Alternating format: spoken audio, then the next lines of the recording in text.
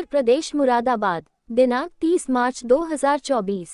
पहले चरण के नामांकन की डेट समाप्त होने के बाद प्रत्याशी खुलकर मैदान में चुनाव प्रचार कर रहे हैं।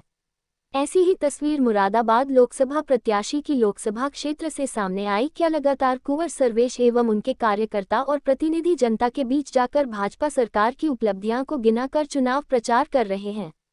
मुरादाबाद में आज मीडिया से बात करते हुए भाजपा प्रत्याशी कुंवर सर्वेश के प्रतिनिधि विकास जैन द्वारा बताया गया कि हमारे द्वारा विकास के मुद्दे को लेकर जनता से बात की जा रही है। चुनाव प्रचार के दौरान भाजपा सरकार की नीतियों को लेकर एवं प्रधानमंत्री नरेंद्र मोदी की चलाई गई योजनाओं को लेकर भी वोट मांगे जा रहे हैं। वहीं क्षेत्र की जनता सरकार के 10 साल के कार्यकाल से खुश होकर वोट करने का वादा कर रही है। उनके द्वारा 2014 से 2019 तक सांसद रहे कुंवर सर्वेश के कार्यकाल की उपलब्धियां को भी गिनाने का कार्य किया जा रहा है। उनके द्वारा बताया गया कई विशेष योजनाएं कुंवर सर्वेश के समय में मुरादाबाद के लोगों को दिलाई गई थी, जिनको देखते हुए जनता अपने लोकप्रिय प्रत्याशी कुंवर सर्वेश को पसंद कर रही है। जब हमारे संवाददाता वसीम खान ने विकास जैन प्रतिनिधि मुरादाबाद से बात की, उन्होंने आगे की जानकारी देते हुए बताया।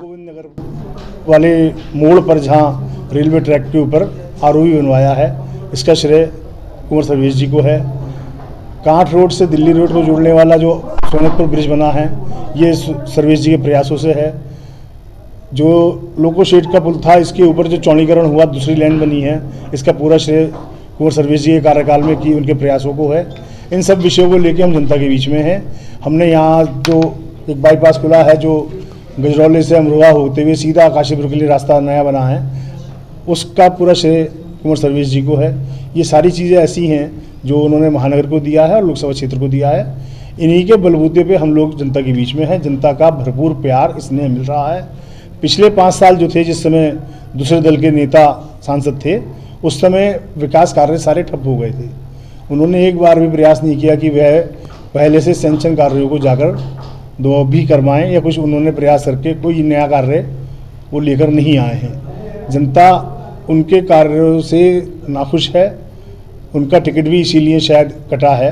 अब जो इस समय समाजवादी पार्टी की नई प्रत्याशी आई हैं, उनके मुकाबले हम लोग बड़ी मजबूती से अपनी उपलब्धियां रख रहे हैं और हमें पूरा विश्वास है कि जनता का पूरा आशीर्वाद, पूरा प्रेम आज वोट के रूप में हमें प्राप्त होगा और हम लोग जो 400 पार का टारगेट है, उसके अंतर्गत सीट को जीतेंगे और मोदी जी को देश का पुनः प्रधानमंत्री बनाने में सफल होंगे।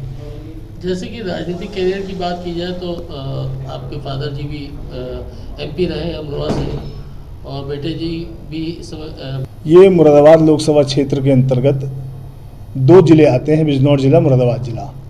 सारी बड़ी सड़कों पे कार्य हुआ है। छोटी छोटी कनेक्टिविटी पे भी ध्यान दिया गया है। गांव से गांव की सड़कें भी जोड़ी गई हैं। उसके बाद भी यदि कहीं कोई समस्या है तो उसको इस 5 साल के कार्यकाल में पूरा किया जाएगा। जनता की सारी समस्याओं का हल करने का वायदा हमारा है, इसको हम पूरा करेंगे।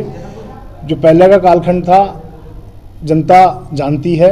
हमने उस समय भी जितने वायदे किए थे उन्हें पूरा किया है और आने वाले समय में भी अपने सारे वायदे हम पूरे करेंगे।